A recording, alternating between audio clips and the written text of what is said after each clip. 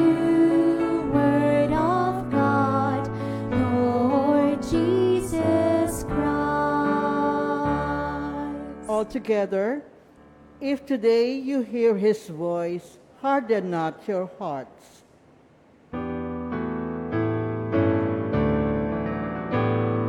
Glory to you, Word of God, Lord Jesus Christ.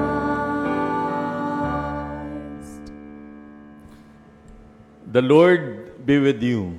And with your spirit, A reading from the Holy Gospel according to Matthew. glory to you, O Lord. Jesus said to his disciples, "Take care not to perform righteous deeds in order that people may see them. Otherwise, you will have no recompense from your heavenly Father. When you give alms, do not blow a trumpet before you, as the hypocrites do in the synagogues and in the streets, to win the praise of others. Amen, I say to you, they have received their reward.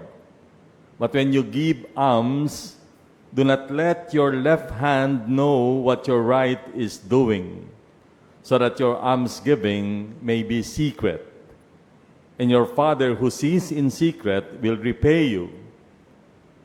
When you pray, do not be like the hypocrites who love to stand and pray in the synagogues and on street corners, so that others may see them. Amen, I say to you, they have received their reward.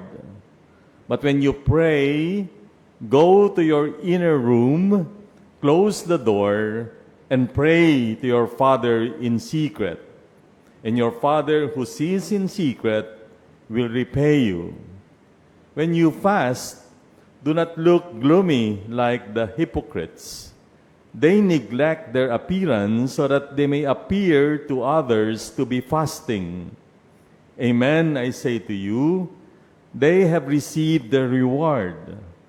But when you fast, anoint your head and wash your face, so that you may not appear to be fasting, except to your Father who is hidden. And your Father who sees what is hidden will repay you." The Gospel of the Lord. Praise to you, Lord Jesus Christ. Daming tao. Let me ask you a question before I proceed with the reflection. Sa palagay nyo, nasaan si Satanas ngayon? Bakit ba interesado itong paring ito kay Satanas? Sa palagay nyo, nasaan si Satanas ngayon? Ano yung sagot? Nandito. Huwag niyong tingnan yung katabi nyo. Pero sigurado nandito siya. Hopefully, I can explain to you later why kung hindi nyo pa alam. Now, we have entered the season of Lent. No, these are 40 days before Holy Week. And the church had reserved these 40 days in order for us to remember, to be reminded, kasi we might be neglecting or forgetting or being complacent yung isang napakahalaga nating dapat gawin. At yun yung repentance, pagbabalik loob sa Diyos. Hindi lang ito during these 40 days. It should be a way of life for us, yung pagbabalik loob sa Diyos.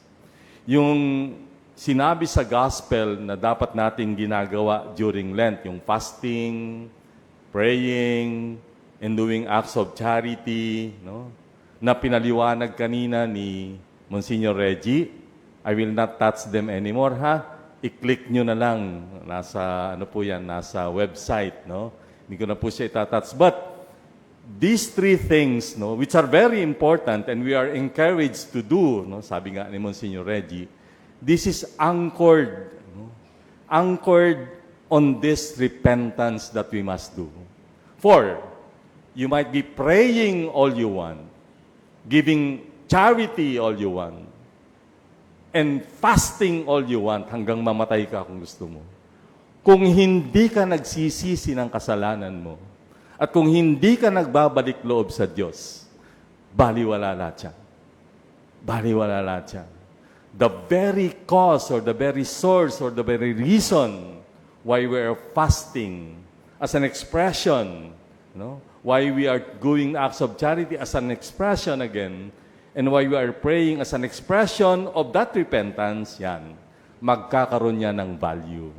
Ulitin ko, kung hindi ka naman nagbabalik loob sa Diyos, kung hindi ka naman nagsisisi, lahat yan, hindi magkakaroon ng bali. So, what we are supposed to do, together with this prayer, fasting, and doing acts of charity, is to humble ourselves before the Lord. Yan ang ibig sabihin ng repentance. At turning back from sin and going forward to the Lord. 180 degrees. Kasi nga, we are all sinners. Lahat tayo nandun sa direksyon papunta sa kasamaan, papunta kay Satanas. What we have to do, talikuran yon at tayo ay mag-proceed sa Panginoon. We accept that because we are sinners. Ganun naman ang nagkakasala. And then, do something about the sin. Do something about the sin in order for us to advance our relationship with God. Ang demonyo at ang Diyos pag-aagawan tayo. Yan. The devil will tempt us. God also will tempt us. Ha?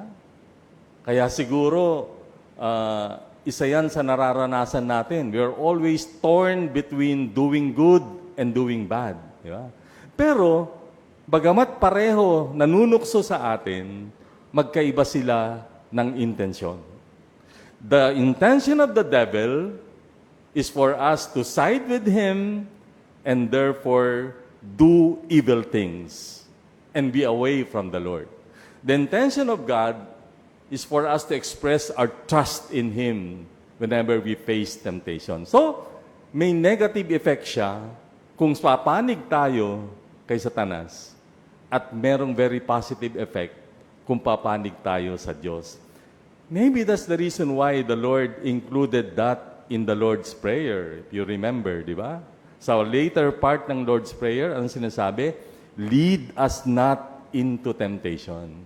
Kasi alam ng Diyos yung ating kahinaan, na kapag tayo tinukso ng demonyo, bumabaksak agad tayo. Pero sana, mas bigyan natin ng halaga yung relasyon natin sa Diyos. What's at stake whenever we are faced with temptation and sin is our relationship with God. Kaya kung mahalaga sa iyo yung relasyon mo sa Diyos, lalabanan natin yung tukso. Kaya nga, pakiramdam niyo yung sarili niyo ngayon.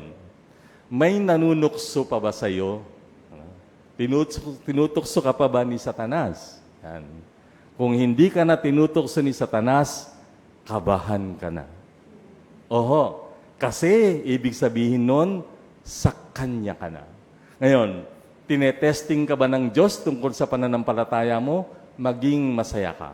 Dahil magkakaroon ka, you'll have an opportunity to prove to God how much you love Him. So, faced with the temptation, dalawa agad yung ating pinupuntirya.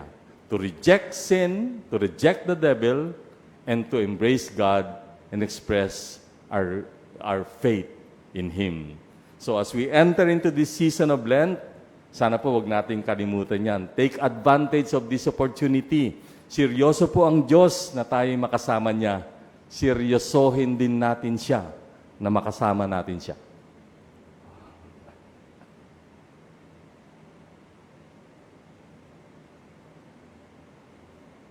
Please stand.